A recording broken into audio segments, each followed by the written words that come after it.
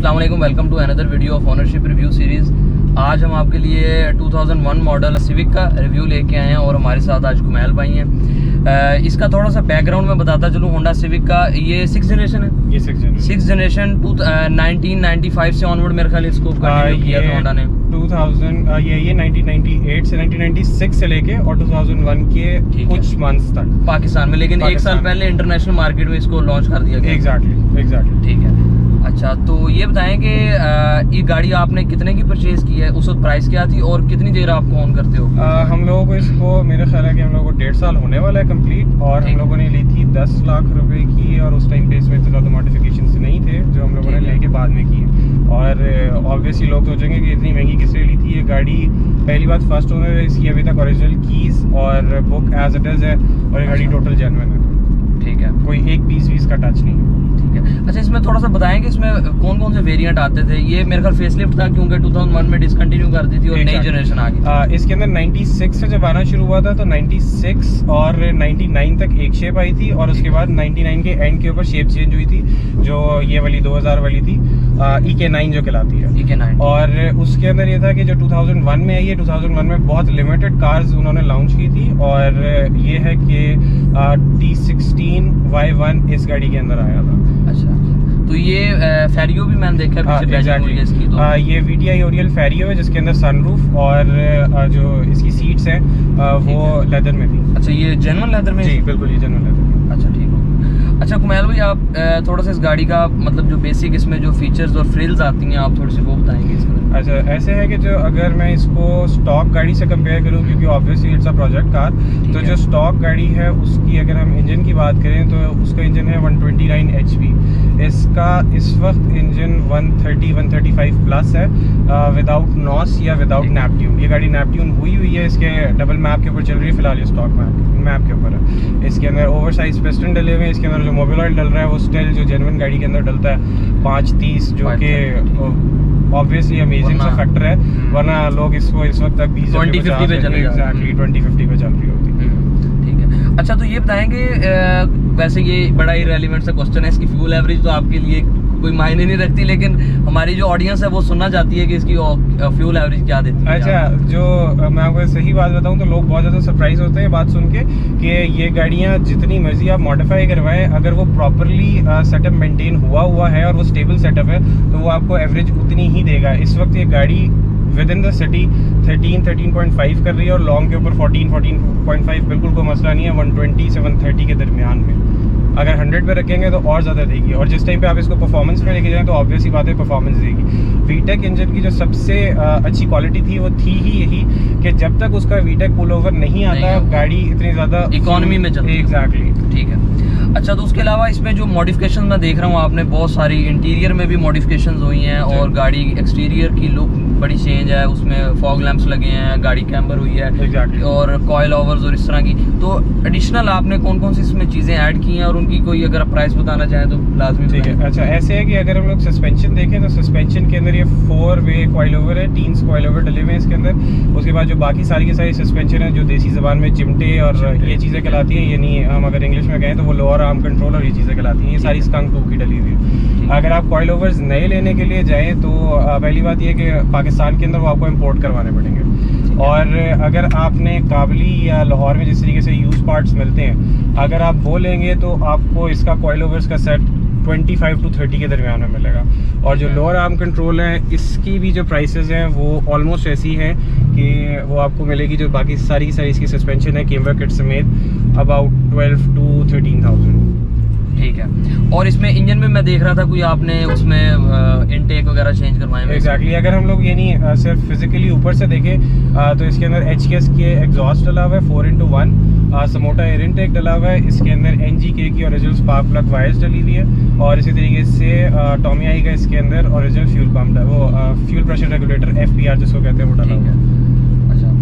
उसके अलावा गाड़ी जो है ओवरहीट तो नहीं होती, क्योंकि जाहिर है इतनी आप पावर उससे आउटपुट ले रहे हैं आप उससे इंजन से, तो इंजन जाहिर है आपका एसी भी चल रहा है। एग्जैक्टली। तो गाड़ी ओवरहीट तो नहीं होती? बिल्कुल ओवर हीटिंग वाला बिल्कुल कोई इशू नहीं है। वही वाली बात है कि अगर आपका डी सीरीज इंजन स्टेबल और मेंटेन्ड है, आप उसके अंदर जितने मर्जी परफॉर्मेंस मॉड्स करें, बिल्कुल कोई उसको फर्क नहीं पड़ता। अभी हम इसी गाड़ी के ऊपर चाइना वाटर तक हो गया है, जैसे मैंने आपको पहले भी बताया। अच्छा, कैसा रहा आपका एक्सपीरियंस? एक्सपीरियंस बहुत अच्छा था, सिवाय इसके कि ऑब्वियसली गाड़ी नीचे है तो ग्राउंड क्लियरेंस का इशू? ग्राउंड क्लियरेंस का थोड़ा सा इशू था कि हम लोगों को एक आधी दफ़ा बंदे उतारने पड़ जाते थे कि उठा के गाड़ी निकालो, लेकिन अदरवाइज इट वाज एक्सीलेंट, कोई ऐसा मसला नहीं था। अच्छा, आपने क्योंकि गाड़ी को डाउन कराया हुआ है, आप बता रहे थे कि सस्पेंशन इसका टोटली आफ्टर मार्केट पे है, तो गाड़ी हाई स्पीड्स पे जो है वो बबलिंग वगैरह को कोई इस तरह का इशू तो नहीं? अच्छा, जो अगर आप मेरे से पूछे तो जब आप आफ्टर मार्केट पार्ट्स के ऊपर शिफ्ट करते हैं, आफ्टर मार्केट पार्ट्स का मकसद ही यही है कि वो आपकी परफॉर्मेंस और स्टेबिलिटी इन्हांस करेंगे। ठीक है। गाड़ी नीचे होने की वजह से सेंटर ऑफ ग्रेविटी बढ़ता है, ना तो गाड़ी में बबलिंग का इशू आता है, ना ही गाड़ी के अंदर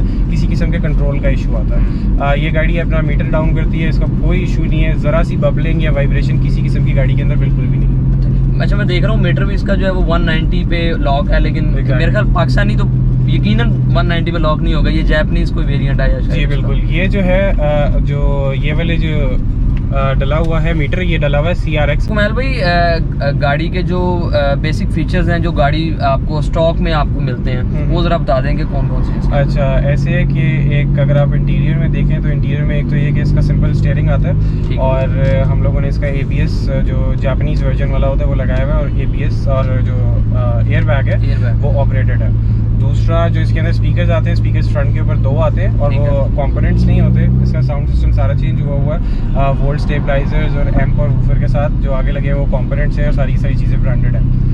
और इसी तरीके से अगर इसके अंदर वैसे तो ये जो इसका फ्रंट पैनल जो लगा हुआ है वो स्टॉक लगा हुआ है, जो इसके अंदर जापानीज वेरिएंट आता है उसका ये क्लाइमेट कंट्रोल वाला होता है। क्लाइमेट कंट्रोल, इधर एयर बैग एग्जैक्टली, डैशबोर्ड के अंदर एयर बैग आता है, वो डुअल एयर बैग होती है, स्टीयरिंग और डैशबोर्ड दोनों। ठीक है। अच्छा, जो जापानीज वेरिएंट आता है उसमें स्टीयरिंग में मल्टीमीडिया होता है?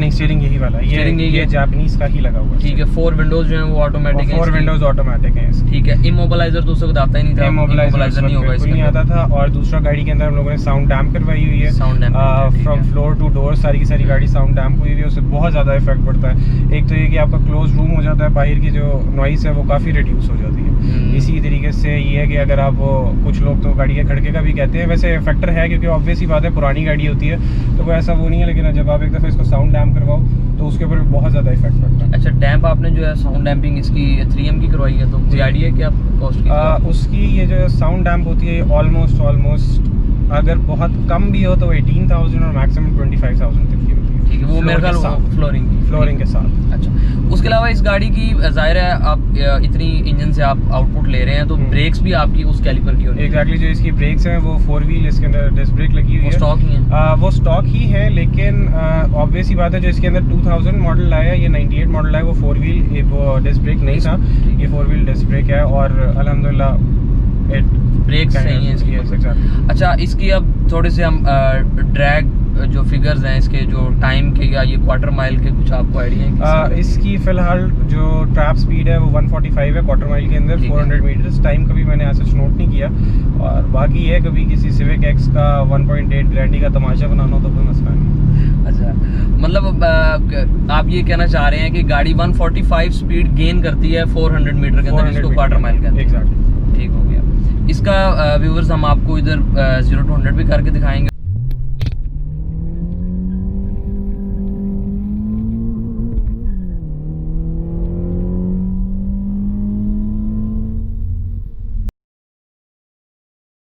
अच्छा, तो कुमैल भाई, इसके जो पार्ट्स हैं जो, क्योंकि आपने मॉडिफाई करवाई है, लेकिन एक्सटीरियर में जो स्टॉक पार्ट्स लगे हुए हैं, इसका साइड मिरर है, इसकी लाइट आ जाती है, तो ये आपको किस तरह कॉस्ट करती है? ऐसे है कि मुल्तान के अंदर अवेलेबिलिटी पार्ट्स की थोड़ी सी कम है, उसकी वजह से कॉस्ट ज़्यादा है। लेकिन अगर आप लाहौर की बात करें तो आपको पार्ट्स की अवेलेबिलिटी बहुत इजीली मिल जाते हैं, कोई ऐसा मसला नहीं है। जो ये फेरियो वर्जन है इसके पार्ट्स थोड़े से महंगे हैं। एक बात मैं बताना भूल गया, जिस तरीके से इसके जो मिरर्स हैं वो रिट्रैक्टेबल हैं। अच्छा, मिरर्स रिट्रैक्टेबल हैं और ये ओरिजिनल है। अब वो रिट्रैक्टेबल मिरर्स ढूंढना थोड़ा सा मुश्किल काम है, और अगर मिल जाए तो 4500 का एक मिलता है और मिलता बहुत मुश्किल से। अगर आप इसके बम्पर्स देखें तो इसके जो फेसलिफ्ट के बम्पर हैं वो है ऑलमोस्ट 10,000 to 12,000 का आता है, और वो भी मोस्टली यही होता है कि वो काबली आ रहा होता है और ओरिजिनल नहीं होता। अच्छा, एग्जैक्टली। जो इसके फोग लैम्प्स हैं, खाली फोग लैम्प्स 6500 to 7000 इसमें स्टॉक में है फोग लैम्प्स? स्टॉक के अंदर नहीं है। जो VTI ओरियल आई है उसके अंदर फोग लैम्प्स लगे हुए आए हैं, वरना जो बाकी हैं उसके अंदर बम्पर लगा हुआ था फोग लैम्प वाला, और वो फोग लाइट उसके अंदर लगी हुई नहीं थी। ठीक है। अच्छा, मैंने देखा है कि अब हमने गाड़ी गुजारी है तो काफ़ी मसला हुआ है, मतलब इसकी ग्राउंड क्लियरेंस के लिए। तो सिटी में आप इसको किस तरह यूज़ कर रहे हैं? सिटी के अंदर इसके अंदर जो हम लोगों ने अलॉयमेंट्स डाले हैं वो स्पून ओरिजिनल डाले हुए 16 इंचेस। तो ये है कि उसकी वजह से थोड़ा सी जो गाड़ी की हाइट है वो ज़्यादा हो जाती है, तो ऐसा मसला नहीं होता।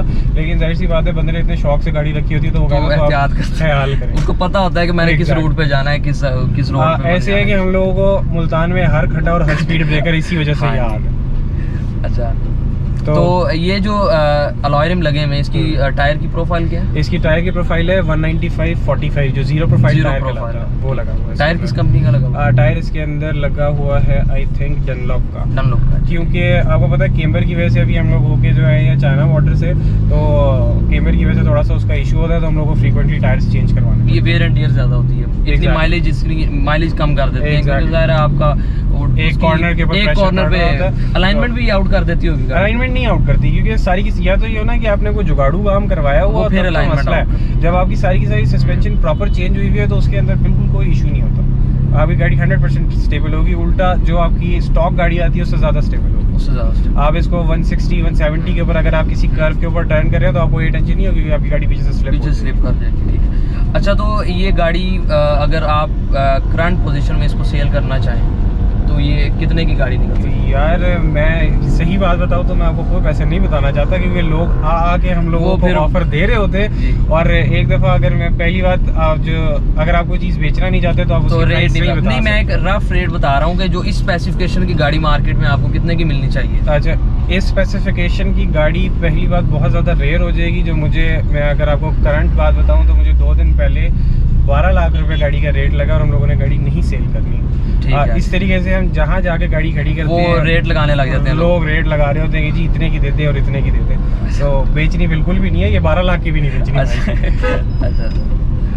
अच्छा, तो व्यूअर्स ये था हमारा आज का रिव्यू। उम्मीद करता हूँ कि आपको वीडियो पसंद आई होगी। अगर पसंद आई तो हमारे चैनल को सब्सक्राइब करें, वीडियो को लाइक करें, ज़्यादा से ज़्यादा शेयर करें। शुक्रिया अदा करता हूँ कुमैल भाई का जिन्होंने अपना टाइम दिया हमें। तो मिलते हैं नेक्स्ट वीडियो में। अल्लाह हाफिज़।